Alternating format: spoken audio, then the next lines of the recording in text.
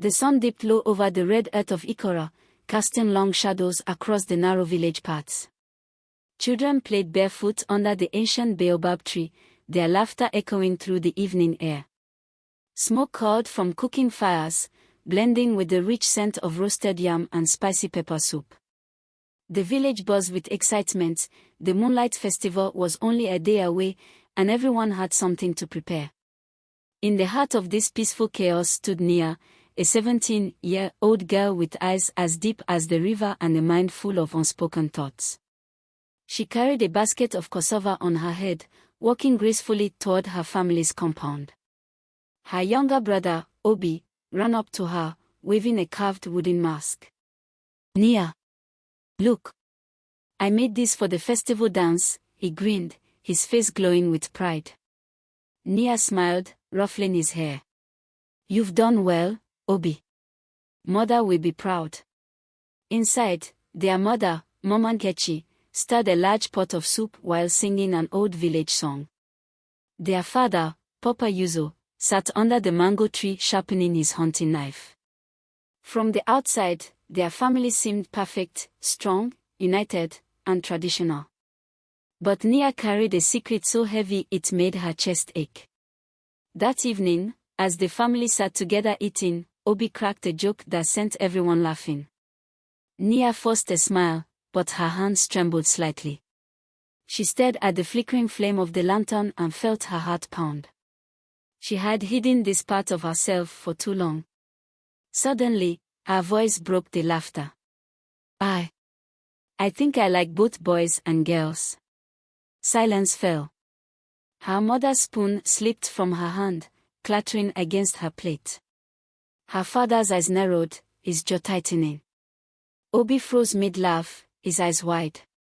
The air grew heavy, like a storm ready to break. "Nia," Mama Nkechi whispered, "what did you say?" Nia's throat felt dry, but the words had already been spoken. "I like both boys and girls," she repeated, softer this time. Papa Yuzo's voice cut through the silence. "You're confused. This is not our way. It's against God." Nia's heart dropped. She had feared this reaction, but still hoped for anything different. That night, as the moon rose high, Nia sat alone on the porch, the village sounds fading into the distance. Tears slid down her cheeks, but inside, something strange happened. For the first time in her life, she felt free. She had spoken her truth, even if it had shattered her family's peace. In Ikora, traditions ran deep. From birth, every child was taught the ways of the ancestors. There were clear paths to follow. Boys became men, warriors, or farmers. Girls became women, mothers, and wives. There was little room for anything in between. For Nia, life had always felt like a tightrope walk. She had noticed her feelings from a young age. While her friends gushed over boys, she found herself stealing glances at girls too, especially Lina, the daughter of the village herbalist. Lina was bold, with laughter like wind chimes and eyes that sparkled with mischief. When Lina danced, Nia felt her heart flutter in ways she couldn't explain. As the Moonlight Festival approached, Nia's secret felt like a drumbeat in her chest, loud, constant, and impossible to ignore. In school, lessons focused on obedience, respect, and tradition. There was no talk of people like Nia. No space to ask questions. No room to feel different. She learned to hide, to pretend. But inside, her soul yearned for freedom. That night, unable to sleep, Nia opened her journal and wrote, "I don't know what will happen next. But I can't keep pretending. I want to be myself. Even if the world isn't ready for me." She closed the book and held it close, listening to the sounds of the night, the crickets, the distant drums, the whispers of the wind. Outside, the Moonlight Festival lights began to flicker into life. And with them, Nia's journey into the unknown had begun. The Moonlight Festival brought music, color, and joy to Ikora. Lanterns hung from tree branches, casting golden glows on happy faces. Drummers beat their rhythms with passion, while dancers swirled in circles, their feet tapping on the red earth in perfect harmony. Laughter filled the air, and even the elders smiled as they watched the village come alive. But Nia felt none of the joy. Her confession 2 nights ago had shattered her family's peace, and now every smile felt forced, every step heavy. Her mother barely spoke to her, only giving sharp instructions like, "Fetch more firewood," or "Go help your sister." Her father had been silent since that night, but his eyes, once warm, now felt cold, watching her like a stranger. Nia felt like a shadow in her own home. In the center of the festival grounds, Nia spotted Lina, dressed in a flowing red wrapper, her hair adorned with white cowries. Her laughter rang like bells, carefree and wild. Nia's heart skipped a beat. She hadn't seen Lina since the night she had confessed her truth, and now all she wanted was to talk to her, to feel normal again, even for a moment. As if sensing her gaze, Lina turned and smiled. Nia's heart fluttered. But then she noticed something else. Deo, her childhood friend, standing a few steps away, staring at her with a frown. Later, as the crowd thinned and the music softened, Deo approached her. "Nia, can we talk?" he asked, his tone serious. They walked to a quiet spot under the baobab tree, where they had played as children. The tree, once a place of joy, now felt like a stage for judgment. Deo crossed his arms. "There's talk, people say you like girls. That you told your parents. Is it true?" Nia looked away, her throat tight. "Yes, it's true." Deo's eyes widened, and for a long moment, he said nothing. "I don't get it," he finally said. "That's not how things are here. It's dangerous, Nia. You shouldn't say things like that. People will talk." "They're already talking," Nia replied softly. "But I won't lie to myself anymore." As word spread through Ikora, the whispers began. "She's not normal. She's cursed. Her poor parents." Nia felt the stares wherever she went, to the market, to the well, even in the church where sermons about sin suddenly felt directed at her. Mothers pulled their daughters close, and children pointed, whispering and giggling. She had become a stranger in her own village. Back home, her mother confronted her again. "You're shaming us," Mama Nkechi said, her voice shaking. "What will people think? You will never find a husband now."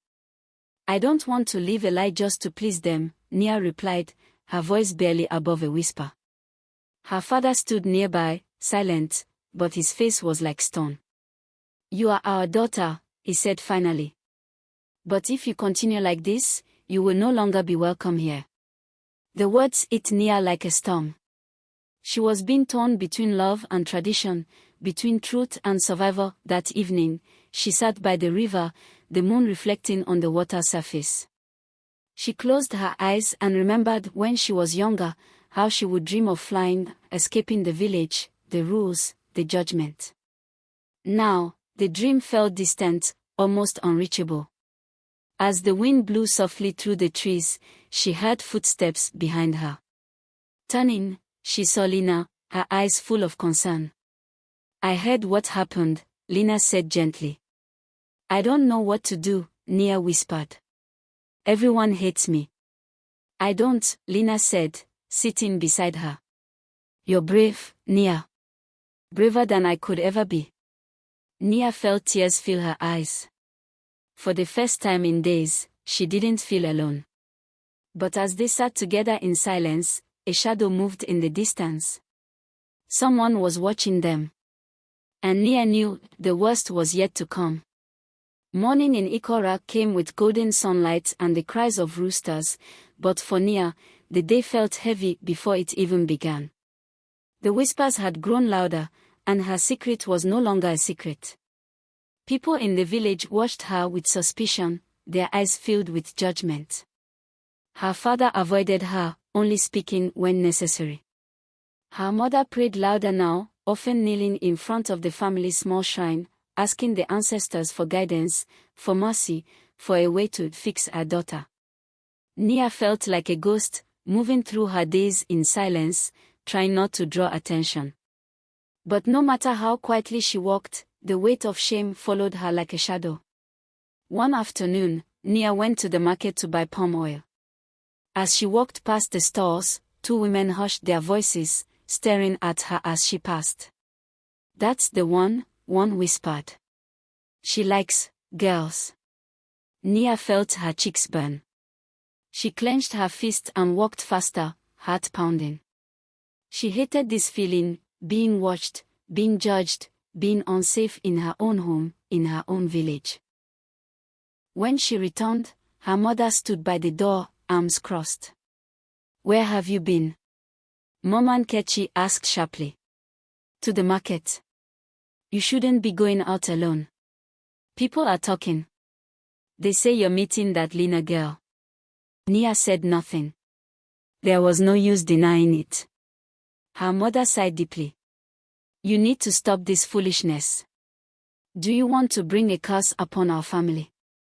Nia looked at her mother, her voice calm but firm. "Loving someone should not be a curse." Her mother's eyes filled with tears, not of sadness, but of fear. "Then hide it, Nia. For your own sake. For ours." That evening, her father called her aside. "Enough of this nonsense," he said. "There is a boy, Kolechi, from the next village. His family is looking for a bride. You will talk to him." Nia stared at him, stunned. "You want me to marry someone I don't even know?" "It will stop the gossip. People will forget. You'll live a normal life." Nia wanted to scream, to run, to tell him that this life he called normal felt like a prison. But instead, she nodded. Because in that moment, she understood something: if she didn't play the role they expected, they might cast her out completely. A few days later, Nia met Kolechi. He was kind, soft-spoken, and respectful. He talked about farming, his mother's cooking, and the house he was building. He smiled often. But Nia's heart felt cold and distant. She nodded and laughed at the right times, wearing a mask of interest. Inside, she felt hollow.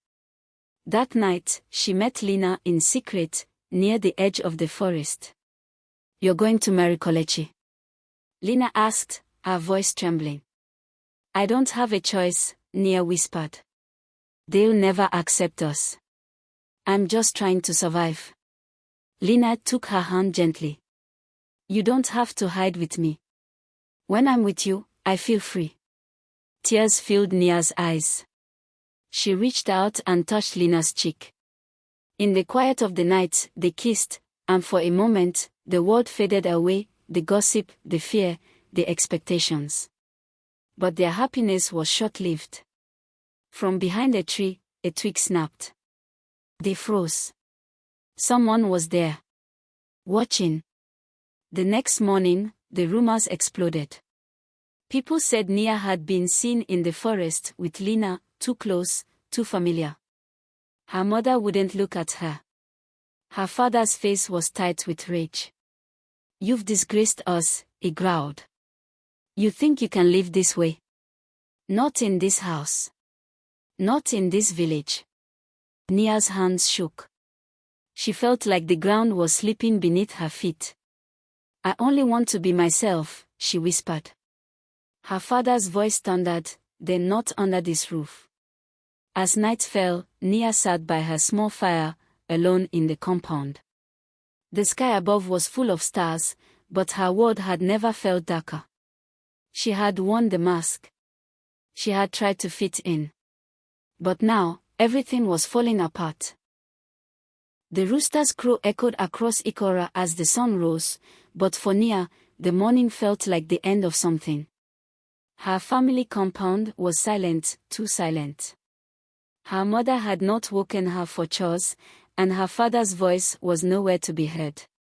When she stepped outside, the village path was already alive with mamas. Heads turned. Eyes followed her every move. Something was wrong. Very wrong. Before she could return inside, a sharp voice called out, "Nia, come to the square. The elders are waiting." It was Elder Okonkwo, the oldest man in the village, his face stern, his walking stick thumping against the earth. Nia's legs felt weak, but she walked toward the village square, her heart thudding like a drum in her chest. As she arrived, she saw a gathering crowd, men, women, children, all whispering, pointing, staring. At the center sat the village council, Elder Okonkwo, Elder Chidi, and Elder Amoka. Her parents stood nearby. Lina's father, the herbalist, stood with arms crossed, his face full of rage. Lina was nowhere in sight.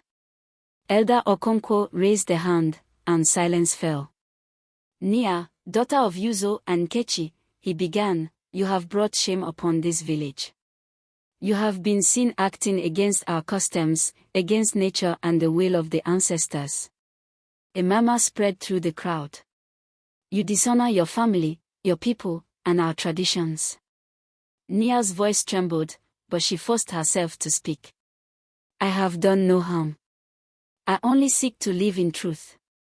Elder Chidi stood up, his voice sharp. "You speak of truth.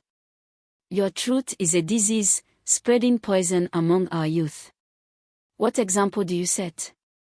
Her father's voice cut through the air. "She is no longer the daughter I raised. She has chosen this path. Let her face the consequences." Nia's knees buckled.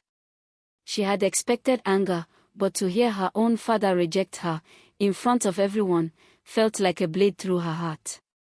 Elder Amoka stepped forward, her tone cold. "You are to leave this village. You may no longer live under your parents' roof. You will stay with Aunt Chika, in the far end of Ikora. And if you are seen with that girl again, worse will follow."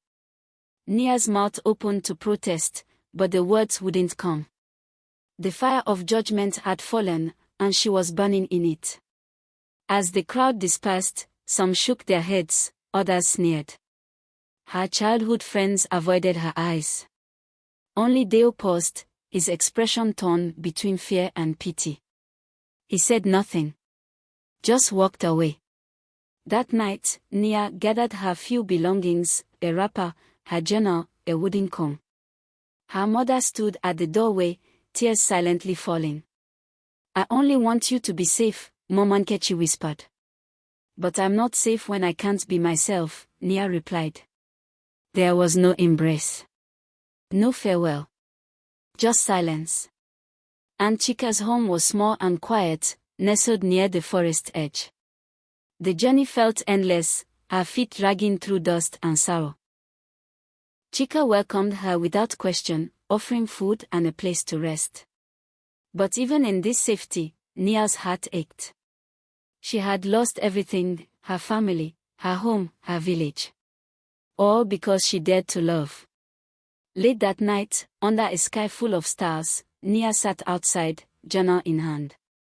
She wrote, "They think they've broken me. But I am still here. Still breathing. Still me."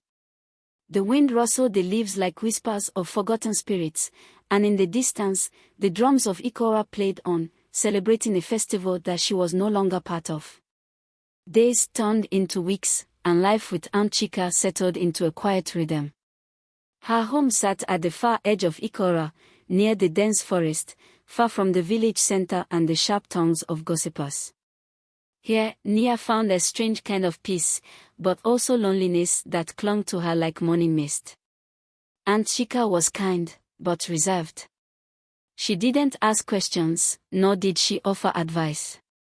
Instead, she taught Nia about herbs, roots, and healing skills passed down through generations. Nia found comfort in the rhythms of nature, in the soft hum of bees, the scent of fresh herbs, and the quiet songs of birds at dawn.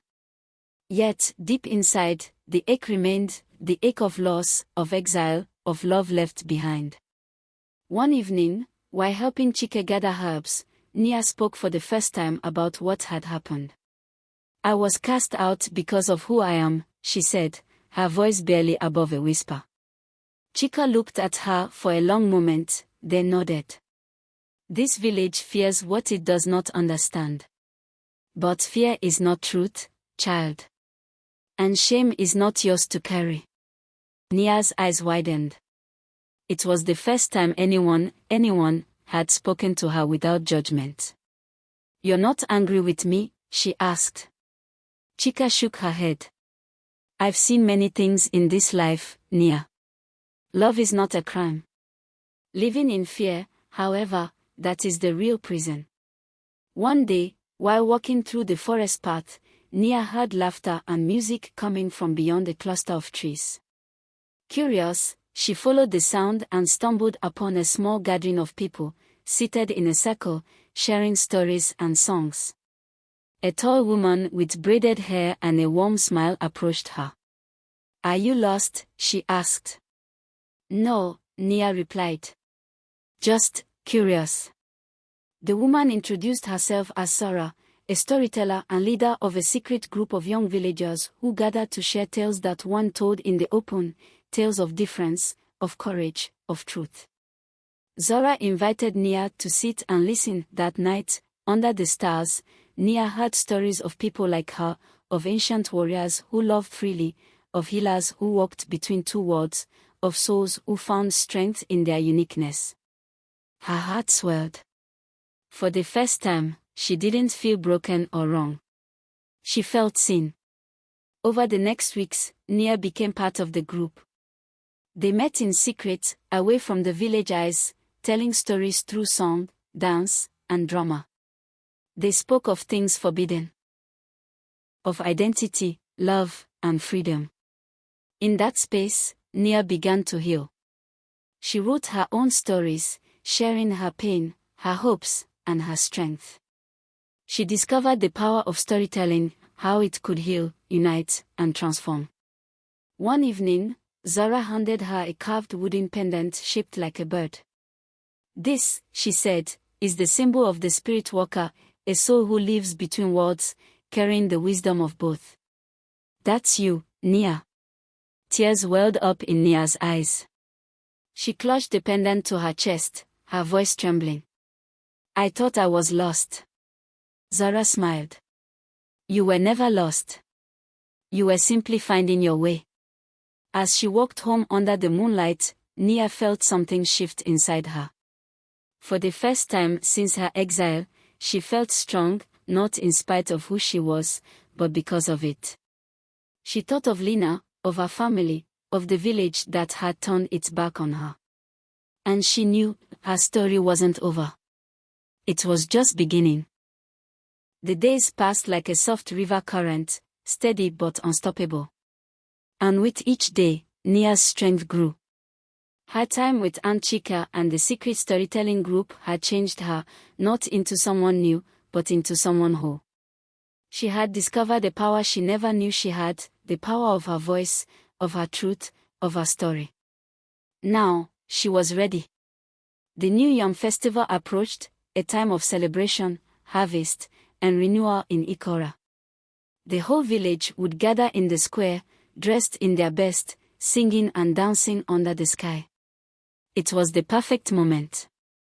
Nia stood before Aunt Chika, gripping the bird-shaped pendant Zora had given her. Her heart pounded. I want to go back, she said quietly. I want to tell my story. Not in secret, but in front of everyone. Chika's eyes softened with pride and worry. They may not listen. Some may still hate. I know, Nia replied. But if I stay silent, nothing will change. Chika placed a hand on her shoulder. Then go, child. Let them see the fire that did not burn you. The day of the festival arrived, and Ikora sparkled. Colorful cloths draped over huts, drums echoed through the trees, and laughter filled the air. Nia walked into the village square, her steps slow but certain. Conversations paused. Eyes turned. Whispers followed. She's back. What is she doing here? But Nia didn't stop. She walked straight to the center, where Elder Okonkwo and the council sat. She bowed respectfully, her voice calm. "I wish to tell a story." The crowd stirred. Murmurs rippled through the square. Elder Okonkwo narrowed his eyes. "What story, girl?" Nia raised her head, her voice clear. "A story of a bird born with 2 wings from different worlds." A hush fell over the crowd as Nia stepped onto the small platform, standing tall before the village that had cast her out. Children sat at the front, elders leaned in. Even her parents watched, her mother's hands clenched, her father's face unreadable. Nia began.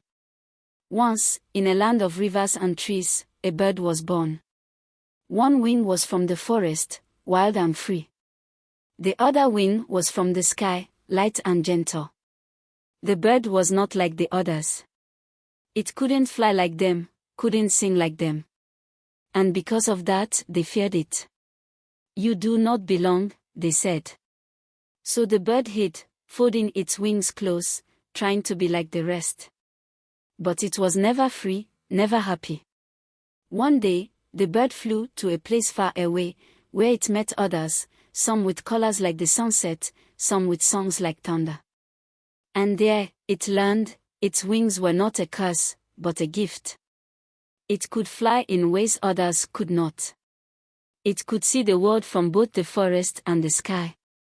So it returned, not to ask for permission, but to fly. And in flying, it taught others that difference is not danger. It is beauty."